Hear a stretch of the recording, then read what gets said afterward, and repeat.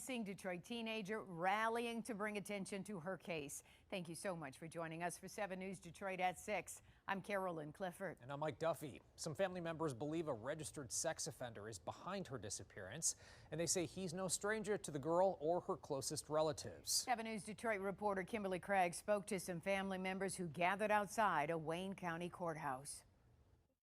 Some of ZIYAH Harris's loved ones say they have no doubt who was responsible for the teen being missing, a man who is no stranger to the family. I believe that this was about to come out, that he had an inappropriate relationship with ZIYAH. Sexually assaulting her. 13-year-old ZIYAH Harris was last seen 4 months ago getting off a school bus on Detroit's east side, and extensive searches by police have turned up nothing. Her family is fractured, with some believing the boyfriend of a close relative did something to her.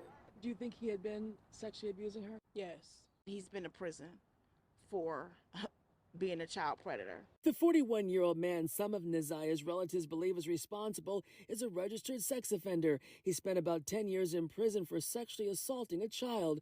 We're not naming him because he has not been charged in ZIYAH's case, but he had a close relationship with one of her relatives. Yeah, I believe that he did do something to her. I believe he was involved. 2 months after ZIYAH seemingly disappeared, a teenager went to Detroit police to report that same man sexually assaulted her in 2015 when she was just 7 years old. Police investigated, and last month prosecutors charged him with 2 counts of second-degree criminal sexual conduct involving a minor. He remains in jail on those charges. What would you say to that young lady right now? Thank you.